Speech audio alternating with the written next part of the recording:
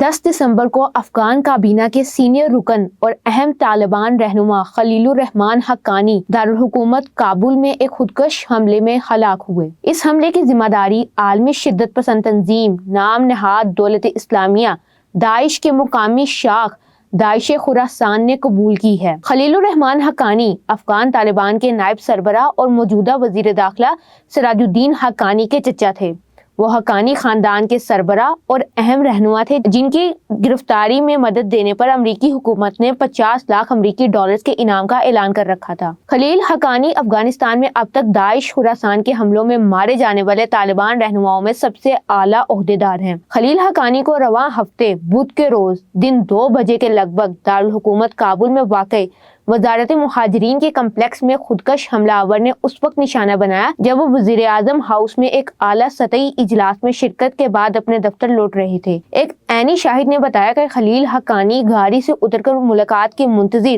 چند افراد سے مل رہے تھے جب سائل کی شکل میں قریب کھڑے مبینہ خودکش حملہ آور نے انہیں پکارا اور اس کے بعد بظاہر امداد کے لیے ایک درخواست پیش کی۔ اسی درخواست پر دستخط کے دوران زوردار دھماکہ ہوا۔ طالبان حکام کی جانب سے میڈیا کو وہ فوٹیج بھی ریلیز کی گئی ہے جس میں مبینہ خودکش حملہ آور کے حملے سے پہلے کی سرگرمی دیکھی جا سکتی ہے۔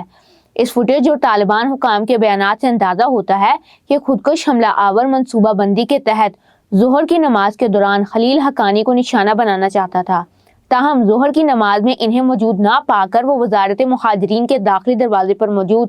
سائلین کے ساتھ ان کے انتظار میں کھڑا ہو جاتا ہے۔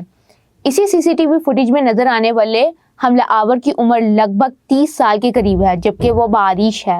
فوٹیج میں دیکھا جا سکتا ہے کہ حملہ آور فریکچر کی وجہ سے ہاتھ میں ٹھوس پلسٹر پہنے ہوئے ہے اور پلسٹر میں موجود سٹیل راڈز کی بابت بتاتے ہوئے وہ سیکیورٹی پر مامور محافظین کے سامنے موجود میٹل ڈیٹیکٹر سکینر سے گزر جاتا ہے۔ مسجد کے اندر سے موصول ہونے والی سی سی ٹی وی فوٹیج کے مطابق وہ نماز کے وقت اول صف میں نظر آتا ہے، مگر اس کے بعد وہ خلیل حقانی کو وہاں موجود نہ پا کر باہر آ کر ان کا انتظار کرتا ہے۔ حکام کے مطابق اس حملے میں خلیل حقانی سمیت ان کے 2 محافظین اور قندھار صوبے سے آیا ایک افغان شہری بھی مارے گئے۔ خلیل حقانی کی نماز جنازہ افغان صوبہ پکتیا میں ان کے آبائی گاؤں میں جمعرات کے دوپہر 1 بجے ہوئی، جس میں افغان میڈیا کے مطابق کثیر تعداد میں لوگوں نے شرکت کی۔ خلیل حقانی کون تھے؟ خلیل حقانی سوویت افواج کے خلاف افغان مزاحمت کاروں کے اہم کمانڈر جلال الدین حقانی کے چھوٹے بھائی تھے۔ 1975 میں سابق افغان صدر سردار داؤد خان کے خلاف مسلح بغاوت کی وجہ سے جلال الدین حقانی جب اپنے اہل خانہ سمیت پکتیا سے متصل پاکستان کے قبائلی علاقے شمالی وزیرستان میں منتقل ہوئے تو خلیل حقانی کم عمری میں والد کے وفات کے باعث اپنے بھائی جلال الدین حقانی کی زیر کفالت تھے اور انہی کے ساتھ وہ بھی وزیرستان منتقل ہوئے تھے۔ 90 کی دہائی میں طالبان کے ظہور کے ساتھ جلال الدین حقانی اپنے اہل خانہ اور تمام ساتھیوں سمیت طالبان تحریک میں شامل ہوئے اور جلد ہی اس کے ایک اہم رکن بن گئے۔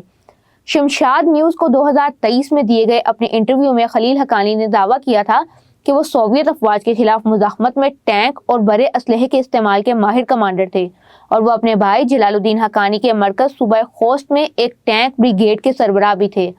تاہم 2001 کے بعد افغانستان میں امریکی اور اتحادی افواج کے خلاف طالبان جنگ کے دوران ان کا کوئی اہم عسکری کردار نہیں رہا تھا۔ طالبان میں حقانی خاندان کا کردار 2001 میں افغانستان میں امریکی اور اتحادی افواج کے حملے میں طالبان حکومت کے خاتمے کے بعد نمایاں ہوا۔